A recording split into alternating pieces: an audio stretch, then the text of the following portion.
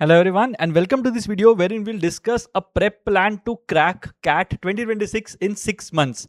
And there is a very interesting surprise for all of you somewhere in the middle of the video. So make sure that you stay tuned for that particular surprise. The first thing, can I start preparing now? Definitely yes. There is no limit in terms of there are XYZ days required to crack the CAT, which basically means that you can start preparing at any point in time and can still aspire to crack the CAT. But there are two things that need to be there, or at least one of the two things that needs to be there. The first thing is intent. You should genuinely believe that you have to do an MBA and you have to crack the CAT. That has to be there. Without intent, it's going to be a big problem. And the second thing, if it is there, then it's a bonus. Otherwise, also it's okay. That is experience in terms of cracking competitive tests. So if you are someone who is a competitive individual in general, you will find it easier to prepare for the test and you will find it easier to improve as the test taking journey progresses. But if both these attributes are missing, you will find it difficult to crack the CAT in whatever amount of time that you are going to prepare. So make sure that you have these two things in place before you start cracking the CAT. Now, the most important thing is what should be my prep plan? Now, in this particular context, there is no one prep plan that will help each and every candidate. But for the benefit of all of you, I have a planner which is a part of this video. You'll be able to see the link to that planner in the description box below. What I would suggest is you download this planner, you print it out on a sheet of paper or on multiple sheets of paper, have a folder of it with you at every point in time and just tick everything that you have done from that planner. That is going to help you. I'll explain the planner to you a bit and you will know that it is going to be worth your time. So here is a special handbook for all you CAT 26 aspirants out there. Now this handbook has a lot of things and it has been designed entirely by us. The first thing that this handbook focuses on is the set of FAQs. Why should you be doing an MBA? Does an MBA make sense? What if you are a non-engineer? What if you are an engineer? What if you want a corporate job? All these things are covered in this particular part of the handbook. The next part of the handbook is basically something that I am personally very excited about, which is called the prep planner.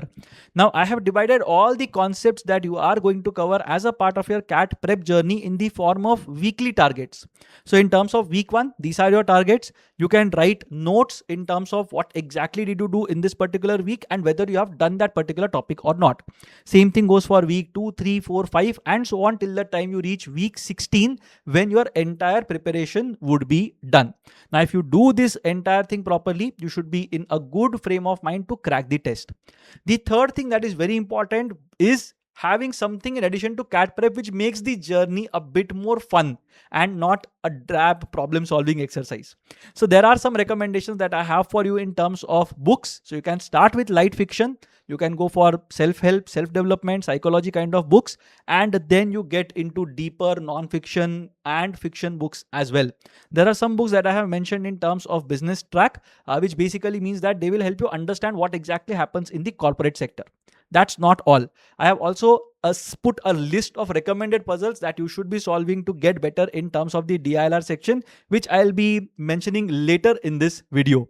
Also, there are some apps that you can go for in order to improve your day-to-day problem solving and dealing with uncertainty scenarios. There are also a couple of recommendations here in terms of building your vocabulary as well.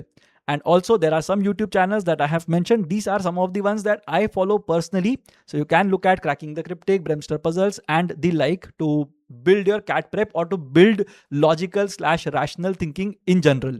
Also, there are quite a few websites that I have mentioned here. So do check out these websites and make them a part of your CAT prep. So that you know that you are reading the right kind of stuff. You are going through good quality curated articles and are also building some concepts along the way.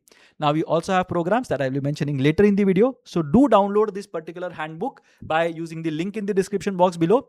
For best results, you can take a printout of this particular document and make sure that you are keeping it with you at all times, ticking things off the list. Now that is basically very therapeutic and it is very confidence inducing. So I hope all of you use this particular resource very well. And this basically becomes a cornerstone of your CAT preparatory journey. Now, one of the questions that a lot of people have is how to improve each of these sections from scratch. Now, talking about the QA section, if you are someone who is not very good at QA, The first thing I will suggest is a defensive mindset. Now, although it might not seem to be a very natural thing for people to say, but a defensive mindset is what saves a lot of people's CAT attempts. Now, when I say a defensive mindset, what do I mean? I basically mean that you should be able to categorize each question as definitely solvable, perhaps solvable, or not solvable. And this should happen as soon as you see that particular question. If you take a lot of time arriving at this decision or make a lot of wrong decisions when it comes to this particular thing, you might end up in some amount of trouble. The better you are in terms of making these decisions, you should be fine. Now, how do you understand whether a question is solvable, partially solvable, or not solvable at all? That comes through experience. As a defensive candidate, you will have to focus on arithmetic and algebra, particularly simple and linear equations and quadratic equations for that matter, to be able to say with confidence that you will be able to solve 6 to 7 questions in this particular section. That is good enough for you to be able to score a 90 plus percentile at the mocks consistently. You start from here, and as you progress, you build more topics into a repertoire. And the best thing you can do if you are genuinely scared of quant is get rid of that fear by revisiting the system that caused that fear in the first place, which are your school textbooks. So your 8th standard, 9th standard, 10th standard, NCERT textbooks are going to be very good sources for you to build that confidence. I will suggest you to solve questions from these textbooks orally without relying on pen and paper to get best results. Once you are done with this, CAT preparation will be a cakewalk, but make sure that you have all your basics in place. And the most important thing, don't buy any formula as it is. Ask a question. Why is this relevant to me? How exactly can I prove this? And that way you will be able to understand those cases wherein you are not able to or not supposed to apply that particular formula. So if you are able to get everything under control, you should be able to handle it. I will suggest a timeline of a couple of months to master arithmetic and algebra entirely, and after that use the other 2 months to build some fundamental concepts of number theory, modern math, and geometry. You can refer to the prep planner that I mentioned earlier for best results. So the topics there have been segregated as high, medium, or low in terms of priority, and that is something that should help you master the QA section. But the bottom line is you will have to practice around 5,000 quality questions if you have to crack the QA section. The second section that people have trouble with is the DILR section. Now, DILR is a great leveler, and I will tell you why. It is a great leveler because everybody, irrespective of the number of mocks they would have taken, the background that they would have had, or the experience in terms of the number of CATs that they would have taken, is on equal footing. Why? Because the sets that appear at the CAT would not have appeared at any mock test at any point in time. And that basically means that you are going to be facing as much uncertainty as the next candidate. Now you have to understand that the better you are in terms of facing this uncertainty, the better your response will be. If you are someone who panics at the first sign of uncertainty, who genuinely believes that it will be difficult for you to crack the section, then chances are very high that that is the eventuality that you are going to face. And there is genuinely a cause of concern that you will not be able to do well at this section. But someone who is a decent candidate who believes in themselves will know that even in the most difficult DILR sections, you will be able to solve one set by investing 20 minutes in that, which basically means that even in the worst of the sections, you will still be able to handle 6 to 7 questions, which should be good enough to get your 99 percentile, by the way. So that is what we are looking at in terms of the mental preparation needed to crack the DILR section, which basically means that the more uncertainty or the more uncertain situations you place yourselves into, the better your response is going to get, which basically means you have to solve plenty of puzzles, plenty of brain teasers, a lot of these types of puzzles that you get. You should try to understand a lot of these so that you are able to switch on and off and you are able to deal with uncertainty in a better manner. The best sources of DILR sets are going to be the mock tests, because almost every institute will make sure that their best content is available in the form of their mocks, because that is where the highest caliber of aspirants, highest caliber of their students are active, and they want to give the best quality of product there. That is why I will encourage you to take as many mock tests as is possible, and also to ensure that you are looking at all the past CAT papers from CAT 2017 till CAT 2025. My benchmark here is going to be around 500 quality sets. If you are able to go through 500 quality sets and master, say, 10 puzzle types, I think you are golden. You should not face a lot of issues in terms of confidence. then the only skill that matters is execution. The last section I'm going to discuss is VARC. In terms of VARC, the most important thing according to me is going to be your comfort in terms of understanding a broad variety of uncomfortable topics. A lot of us are very kicked about reading something that is from science, let's say, or sport, let's say, or in some cases history as well, if it has been told to us in a nice story-like manner. But the moment we look at psychology, the moment we start looking at philosophy, the moment we start looking at art or economics, it basically creates a big hurdle for us to go beyond the first couple of sentences. And that is essentially what CAT RC tests. They will bombard you with the same term 4 or 5 times in the first 3 or 4 sentences, and that will reinforce the fact that you do not know anything about this particular topic, and you will either start getting entangled in that web, or you will run away from that particular passage and not even look at the questions. So the idea for you is to look at all the concepts. I'm not talking about vocabulary or fancy words that are present in, say, a book like Word Power Made Easy. I'm not talking about those things. I'm talking about the art movements that would have happened in history. I'm talking about genetic engineering. I'm talking about biotechnology. I'm talking about human psychology. I'm talking about steady state economics, neoclassical economics, these kind of terms that routinely appear in terms of RC passages. So the more such terms you're comfortable with, the more you will be able to warm up to the passage, and that will create a path for you to be able to answer questions as well. If you are able to read the passage confidently, there is very little chance that you are going to mess up the questions. But if you do not read the passage properly, there is a big chance that you are going to get almost everything incorrect in that particular passage and also lose out on the timer. So it's very important for you to have a reading habit. Also, when it comes to solving VARC, you have to understand that you have to solve plenty of questions. But to solve each and every question, you should have a reason when you are marking an answer. You cannot say that I have marked an answer purely because I did not like the feel of it. That's not really a justified reason. You should say that option B is my favorite option among the given options because it covers aspects 1, 2, and 3, whereas the next best option, option D, covers only 2 of the important aspects. And that is basically how you train yourself to be able to figure out which is the best option. If you rely on feel, if you rely on luck, if you rely on some cues that may or may not be present or generalizations, you will not do well at the section, and it is a ticking time bomb. You never know which might be the mock wherein you are going to score in single digits or worse, negative marks. So make sure that you are marking answers only because you are confident of those answers and not because you just feel that a particular answer will be right. I generally recommend people to record themselves because that adds another level of justification to your answers. It adds some sincerity to the way you are answering questions. And if you do not like your justifications that you are telling to the mic, then you are not going to mark a particular answer. So try to get into that habit. Justify your answers. Only when you're confident will you be answering a particular question. Now, in terms of joining an institute, yes, an institute is recommended if you want to get out of the whole distracting system of YouTube or other social media prep platforms in general. If you want something which provides you everything on a platter in terms of a timetable and also enables you to execute it, then that is basically why you should be joining an institute. Do not join an institute because a lot of people have got into an I am from that institute, or because a particular mentor who has cracked the test n number of times is teaching there. Those are not valid reasons to join an institute. You should join an institute, one, because you genuinely believe that this institute will help you prepare in a nice structured manner with discipline.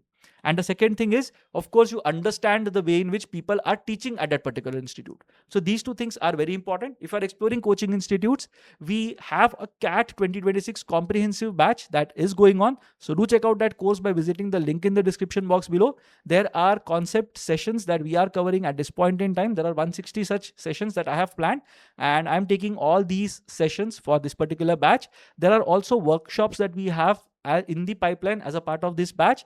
There are also preparatory workshops or some sessions that we are going to have for XAT, NMAT and SNAP, which will help you crack those tests as well. Also, this program comes with a complete set of ebooks. Also, there are tests involved, be it in the form of topic tests or in the form of sectional tests or full length mocks. So everything is a part of the program. Do check out the program. And for those of you who are preparing on your own, there is also a self-learning program that we have. So do check that out as well. That has all the content in the form of recorded videos, and there are recordings of workshops as well as a part of that program. So do check out both the programs by visiting the links in the description box below. Now, should you be starting to take mocks right now, even if you are weak in terms of fundamentals? Absolutely yes. Mock taking has two aspects. One is the content part of things, wherein you are trying to test how good or bad you are in terms of understanding of the concepts. The second thing, which is I think very important in terms of mock taking, is the ability to sit at one place and answer questions one after the other in an unstructured form without loss of confidence and enthusiasm. Now, this is very, very important in terms of mock taking. If you start in the month of October and suddenly you come across a wall wherein you are not able to sit at one place for 2 hours, then there are multiple things that are going to bother you. So it's better if you start taking mocks right now. Do not look at the scores very aggressively. Do not look at the percentiles very seriously. Just focus on improving from one mock to the next, and make sure that you have an objective in mind before you start taking the test, and make sure that all your objectives are met by the time you're done with the test. And the other tests that are going to be a part of your preparatory journey. So a lot of people start with their NMAT in the month of November. Some people take it in the month of December as well, but you can take it sometime in November or December. Then comes the CAT, then come 3 attempts of the SNAP, then there is a MICAT 1 squeezed in somewhere there, then comes the ZAT, then there is a MICAT 2 and a CMAT that happen, and then finally you have the CET for those of you who are targeting Maharashtra colleges. Now, all these tests will happen one after the other. For now, I will suggest that you focus on your CAT preparation. You can start with your NMAT/SNAP preparation from the month of October, wherein you are going to look at topics which include vocabulary, grammar, critical reasoning, some topics from logical reasoning which include conventional bars, bar graph charts or tables and the like. We are looking at some LR concepts including syllogisms, blood relations, directions, verbal reasoning based questions. So all these things we are looking at. And of course, if you are planning to take the CET, also visual reasoning. So all these things can happen starting from the month of October. And when it comes to the ZAT specifically, decision making can happen in the month of December as well. So at this point in time, you don't need to worry about the other tests. If you are not very sure, not very confident about cracking the CAT, even then I will suggest that you prepare for the CAT seriously, because even at an 85 percentile or even an 80 to 80 percentile, you will still get better institutes than most of the colleges that consider the other non-CAT tests. So that is basically where I will suggest that you invest your initial energy. And then when it comes to the month of October, you can take a call in terms of what is it that you want to do or which tests are you most confident about. But at this point in time, don't give up on CAT preparation, because there are plenty of options that are available through the CAT. Now, in terms of profile building, I will suggest that you focus on profile building if you have a couple of hours left at the end of the day after you have finished your college work or after you have finished your work, right? Only then should you be focusing on profile building. So if you are left with 2 hours after CAT prep, college exams, college preparation, or your work, only then will I suggest that you look at profile building. Now, profile building can be as basic as writing a blog, participating in community activities or events, or maybe having a YouTube channel of your own, or going for an internship, going for a course, going for a live project, going for some gig work, or having a full-time job. So everything is acceptable under profile building. It's basically something that you talk about in an interview instead of focusing on a CAT prep journey, because that is something that everybody knows that you have done. Only because of that you're sitting in that interview room. But you should have some clarity in terms of what is it that you want to do in the long term, so that you can focus on those aspects of profile building. And that is basically how you will make the most of the extra time that you have on hand. On the other hand, let's say you're working very hard, or if you are focusing on your college exams, I will suggest that you focus on them first. That is your first priority. Then comes your CAT preparation, and then if you have bandwidth, only then go for profile building activities. Why am I saying that? You should not sacrifice CAT prep for profile building, at least at this point in time. Because you might have a brilliant CV but not make it to the interview room, in which case that CV is going to be useless. So that's why I will suggest that focus on profile building only after you have the basis of CAT preparation covered. Only then should you be thinking about all of these things. Now that is basically where I end the video. Let me know in the comment section, what do you think of the prep planner? What do you think of the courses? And if you have any queries regarding any of the courses or anything in terms of your profile, do let me know, and I'll try my best to answer those queries. I'll see you again in the next video.